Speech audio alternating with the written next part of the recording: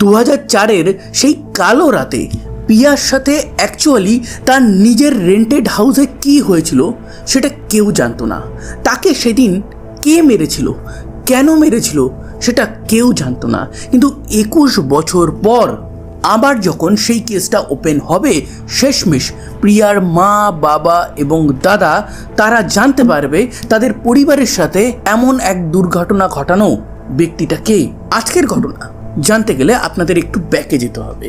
1980-র দশক। রাজীব আর রাখির arrange marriage হয়। প্রথম বছর রাজীব আর রাখির দাম্পত্য জীবন বেশ ভালোই চলছিল, কোনো রকম কোনো প্রবলেম ছিল না। কিন্তু বছর ঘুরতে না ঘুরতেই তাদের সংসারে প্রবলেম স্টার্ট হয়। সেটা কিসের প্রবলেম? অবশ্যই টাকা নিয়ে।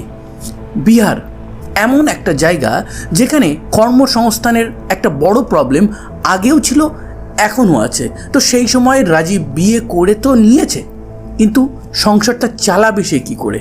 তো সে ডিসাইড করে কোনো এক বড় শহরে গিয়ে সে ইনকাম স্টার্ট করবে।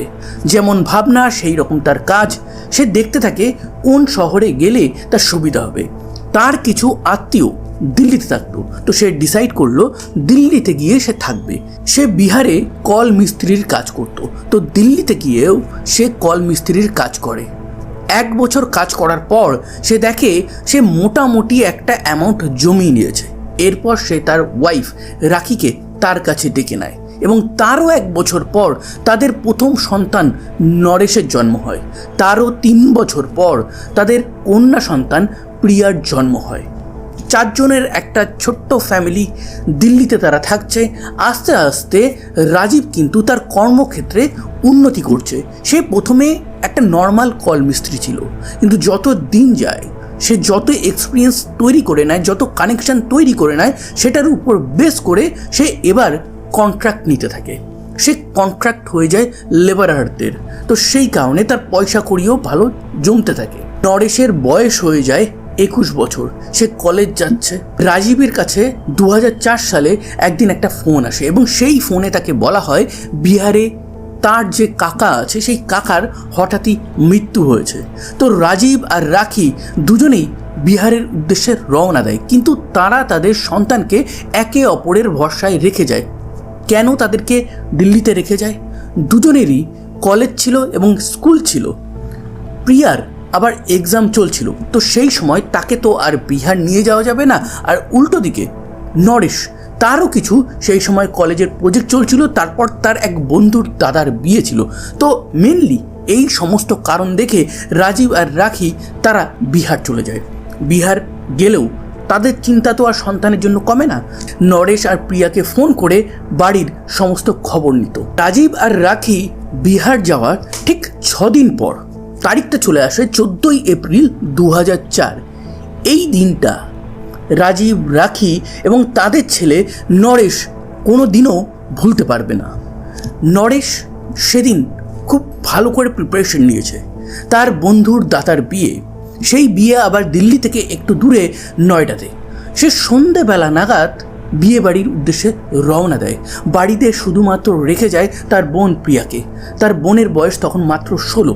তাকে বলে তুমি দরজা জানলার সমস্ত কিছু দিয়ে ডিনার করে ঘুমিয়ে পড়ো, আমি হয়তো সকালবেলা 4টে কি 4:30 নাগাদ ফিরবো, তোমাকে ডাকলে তুমি তখন দরজা খুলে দিও। এইটুকু বলে নরেশ চলে যায়। কিন্তু নরেশ জানতো না এটাই তার লাস্ট তার বোনের সাথে কথা হচ্ছে। নরেশ চলে যাওয়ার 2 ঘন্টা পর নরেশের মা বাবা রাজীব এবং রাখি তাদের মেয়ে প্রিয়াকে ফোন করে জিজ্ঞাসা করে তুমি কি ডিনার করেছো? তখন প্রিয়া বলে যে আমি ডিনার জাস্ট স্টার্ট করব। এইটুকু কথা বলার পর রাজীব আর রাখির কোনোদিনও প্রিয়ার সাথে কথা হয়নি। নরেশ বাড়ি ফিরে বারবার কলিং বেল বাজাতে থাকে, কিন্তু তার বোন প্রিয়া দরজাটা আর খোলে না। সেই মুহূর্তে সে একটু চিন্তিত হয়ে পড়ে। সে ভাবে প্রিয়া হয়তো গভীর ঘুমে ঘুমাচ্ছে। তো এবার কি করা যায়? সে ভাবে জানলা থেকে বাড়ির মধ্যে যদি ঢোকা যায়। পিছন দিকে গিয়ে দেখে যে জানলাটা বন্ধ আছে। অনেক ডাকাডাকির পরও যখন প্রিয়া না দরজা খোলে, না জানলা খোলে, না ঘুম থেকে ওঠে, তার মনে একটু ভয় হয়। সে ওখানে পড়ে থাকা একটা শাবল দিয়ে জানলাটা ভাঙে। জানলাটা ভাঙার পরেই সে রীতিমতন শক হয়ে যায়। সে দেখে তার বোন বিছানার উপর মৃত অবস্থায় পড়ে আছে, চারিদিকে রক্ত ছড়িয়ে ছিটিয়ে আছে। সে সঙ্গে সঙ্গে চিৎকার চেঁচামেচি করতে থাকে। আশেপাশের প্রতিবেশীদের ঘুম ভেঙে যায়, তারাও ওখানে আসে, তারা পুলিশকে কল করে। এর মাঝেই এই খবরটা প্রিয়া এবং নরেশের মা বাবা রাজীব আর রাখির কাছেও চলে যায়। তারা শুনে শক হয়ে যায়। তারা সঙ্গে সঙ্গে দিল্লির জন্য রওনা দেয়। পুলিশ আসে, বডিটা উদ্ধার করে তারা ময়না তদন্তের জন্য নিয়ে যায়। পুলিশ প্রথমেই আইডিয়া করে হয় এখানে ডাকাতি হয়েছে, নয়তো চেনা পরিচিত কেউ করেছে, এটাও তো হতে পারে নরেশই করেছে। তো এই রকম অনেক চিন্তা নিয়ে তারা ভাবছিল যে প্রথমে ময়না তদন্তের রিপোর্টটা আসুক। এটা 2004 সালের কথা বলছি। সেই সময় না আছে সিসিটিভি ক্যামেরা, না আছে সবার কাছে মোবাইল ফোন। তো সেহেতু এই দুটো জিনিসের উপর ভরসা করে এখন যেমন পুলিশ কেস সলভ করে দেয়, সেই সময় কিন্তু তেমন কোনো চান্স ছিল না। 3 দিন পর যখন ময়নাতদন্তের রিপোর্ট আসে, সেই রিপোর্টে বলা হয় প্রিয়াকে হত্যা করা হয়েছে, কিন্তু তার সাথে কোনো কুকর্ম করা হয়নি। পুলিশ এখানে আরেকটু কনফিউজ হয়ে যায়। তারা ভাবে যে একটা বাড়িতে কেউ নেই, সেখানে একটা মেয়ের মৃত্যু হচ্ছে, বাড়ি থেকে কিছু চুরি যায়নি, মেয়েটার সাথে কোনো কুকর্ম হয়নি, কিন্তু মেয়েটাকে হত্যা করা হয়েছে। তার মানে এখানে কি মেয়েটার সাথে কারোর শত্রুতা ছিল? মেয়েটা কি কারোর সাথে প্রেম করতো? আচ্ছা, মেয়েটার মা বাবার সাথে কি কারোর শত্রুতা ছিল? বা এটাও তো হতে পারে যে প্রিয়ার মা বাবাই এই কর্মকাণ্ড ঘটিয়েছে, অথবা প্রিয়ার দাদা এই কর্মকাণ্ড ঘটিয়েছে। তখন তারা এই জিনিসগুলো ভেরিফাই করার জন্য প্রিয়ার মা বাবা আদেও বিহার গেছিল কিনা সেটা তারা চেক করে। সেটা চেক করে তারা জানতে পারে যে হ্যাঁ, প্রিয়ার মা বাবা তারা সত্যি সত্যি তাদের কাকার মৃত্যুতে বিহারে গেছিল। সেখানে অনেকেই তাদেরকে দেখেছে, তাদের ট্রেনের টিকিট ছিল। তো সেই সমস্ত কিছু দেখার পর মোটামুটি পুলিশ বুঝতে পারে যে এতে প্রিয়ার মা বাবার অন্তত কোনো হাত নেই। কিন্তু প্রিয়ার মা বাবার কারোর যদি কোনো পরকীয়া সম্পর্ক থাকে এবং সেই পরকীয়া সম্পর্ক হয়তো প্রিয়া জেনে গেছে, সেই কারণে প্রিয়াকে কোনো ভাড়াটে খুনি দ্বারা হত্যা করা হয়েছে, সেই অ্যাঙ্গেলটা পুলিশ চেক করে। কিন্তু সেইটা চেক করার পর পুলিশ মোটামুটি দেখতে পায় যে রাজীব সে একটা কন্ট্রাক্টর ছিল, তার ক্যারেক্টার নিয়ে মোটামুটি কেউ তেমন কোনো কথা বলে না। আর উল্টো দিকে রাখি, সে একটা হাউস মেকার ছিল, তারও সেই রকম কোনো অবৈধ সম্পর্ক হওয়ার তেমন কোনো চান্স পুলিশ খুঁজে পায়নি। এবার পুলিশের নজর যায় প্রিয়ার দাদা নরেশের দিকে। যেহেতু প্রিয়ার সাথে কোনো কুকর্ম হয়নি কিন্তু তাকে হত্যা করা হয়েছে, তাহলে এটাও কি হতে পারে যে কোনো একটা প্রতিশোধ নিতে নরেশই এই হত্যা করেছে? নরেশ কিন্তু জানলা ভেঙে ঢুকেছে, সেই কিন্তু সর্বপ্রথম দেখেছে। এবার সে যে বিয়ে বাড়ি গেছিল, এই জিনিসটা কনফার্ম করতে হবে। সেই কনফার্মেশনের জন্য নরেশের যে বন্ধুর দাদার বিয়ে ছিল সেখানে খোঁজখবর করা হয়। হ্যাঁ, সেখানে নরেশ বিয়ে অ্যাটেন্ড করেছিল। সেখানে যাওয়ার সময় যে বাসে করে গেছিল, যে রুটে এসেছিল, সেই সমস্ত কিছু চেক করা হয়। নরেশের অনেকগুলো অ্যালিবাই ছিল, তো নরেশের উপরও সেইভাবে কোনো সন্দেহ পুলিশ করতে পারেনি। এবার আসে যে দরজা ব্রেক করা হয়নি, জানলা ব্রেক করা হয়নি, কিন্তু প্রিয়াকে মারা হয়েছে। তার মানে প্রিয়াকে কেউ হয়তো সেই রাতে ডেকেছিল। লাস্ট কথা হয়েছিল প্রিয়ার সাথে তার মা বাবার ওই 8টা কি 8:30 নাগাদ। তাহলে 8টা 8:30 থেকে ওই 4টে কি 4:30 যখন নরেশ ঘরে ঢুকে, এর মাঝেই প্রিয়াকে মারা হয়েছে। তাহলে এই সময়ের মাঝে কে আসতে পারে? চেনা পরিচিত হয়তো কেউ এসেছিল যে দরজায় নক করেছিল, অথবা এটাও হতে পারে যেহেতু প্রিয়ার বয়স কম, তার বুদ্ধিমত্তাটাও একটু কম হবে, হয়তো অচেনা কেউ নক করেছিল, কোনো একটা হেল্প চেয়েছিল, এসে খুন করেছে। তো সেই অ্যাঙ্গেলটা দেখতে গিয়ে ওই সমস্ত এরিয়াতে যত ডাকাতির মেম্বার আছে বা অন্যান্য যারা কুকর্ম করে বেড়ায়, তাদেরকে ধরে ধরে পুলিশ জিজ্ঞাসাবাদ করে, কিন্তু সেখানেও পুলিশ তেমন কোনো ফল পায়নি। পুলিশ এবার এইটুকু মাইন্ডে নেয় যে হয়তো চেনা পরিচিত কেউ একজন প্রিয়ার সাথে এরকম করেছে। এবার কে করতে পারে, কার এরকম মোটিভ থাকতে পারে?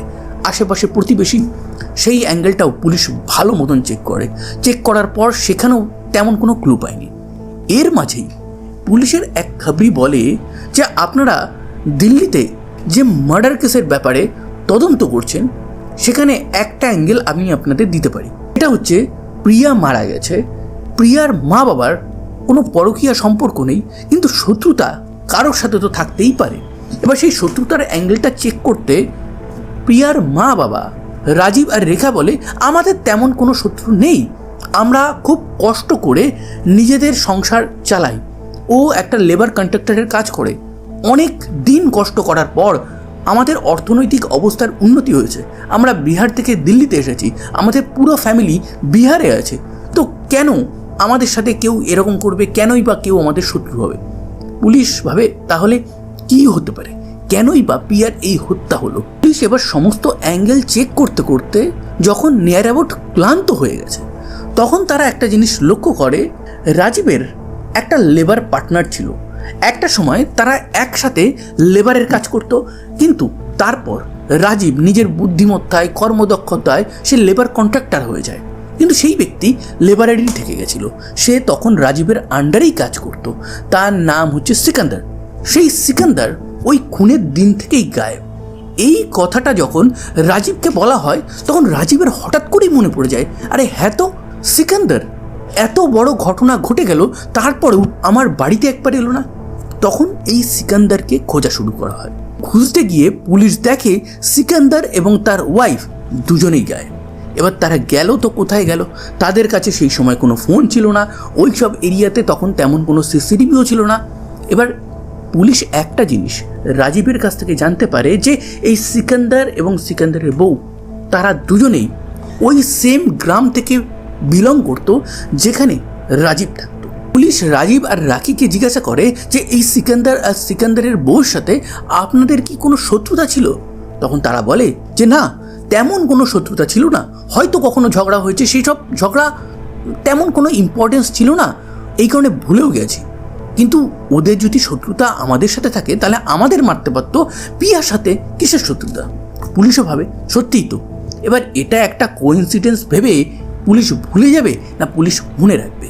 2004 সালে প্রথম 2 মাস এই কেসটা নিয়ে পুলিশ অনেক চেষ্টা করে, কিন্তু তারা না তো পারে খুনিকে ধরতে, না তো পারে সিকান্দার আর তার বউ যাদেরকে মেইন সাসপেক্ট মনে করছিল তাদেরকে ধরতে। এরপর এই কেসটা আস্তে আস্তে সবাই ভুলতে শুরু করেছিল। এই কেসটা কোল্ড কেস হতে শুরু করেছিল। মাঝে মাঝেই প্রিয়ার দাদা, মা, বাবা তারা থানায় যেত, কখনো কখনো এই কেসটা ইনভেস্টিগেট করার কথা বলতো, কিন্তু পুলিশ সেইভাবে আর তেমন কখনো লক্ষ্য করেনি। 21 বছর কেটে যায়। 2025-এর সেপ্টেম্বর মাস। হঠাৎই পুলিশ চেক করছিল যত সমস্ত আনসলভড কেস আছে সেইগুলোকে ইনভেস্টিগেট করা যায় কিনা। এই সময় পুলিশের নজরে আসে প্রিয়ার এই মার্ডার মিস্ট্রিটা। তখন তারা এই কেসটা রিওপেন করে। রিওপেন করা মানে কি, পুলিশ আবার সমস্ত কিছু রিচেক করবে। প্রিয়ার মা, বাবা, দাদাকে ডাকা হয়, তাদের উপর প্রাথমিকভাবে সন্দেহ করে পুলিশ আবার রিগোরাস তাদেরকে জিজ্ঞাসাবাদ করে, কিন্তু সেই জিজ্ঞাসাবাদে কিছু বেরিয়ে আসে না।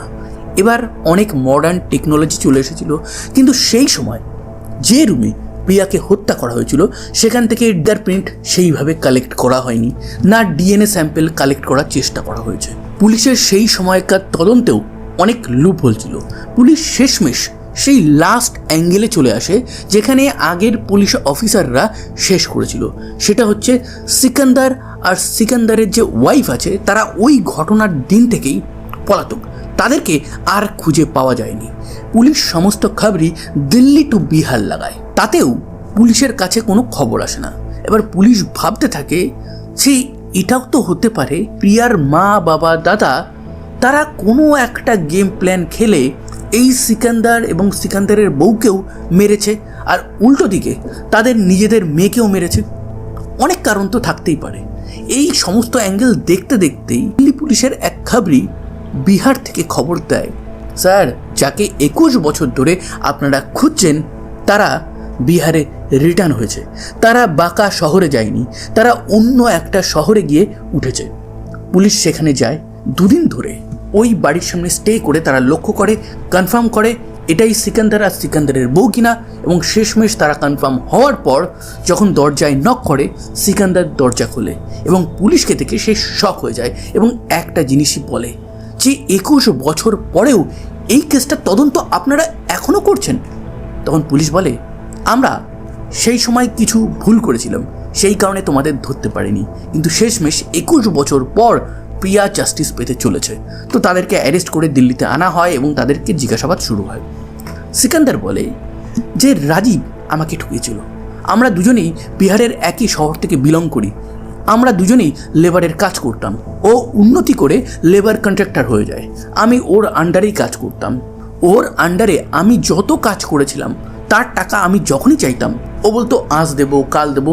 এই করতে করতে 2004 সাল নাগাদ আমি 5 লাখ টাকা ওর কাছে পেতাম, কিন্তু ওই টাকা ও আমাকে দেয়নি।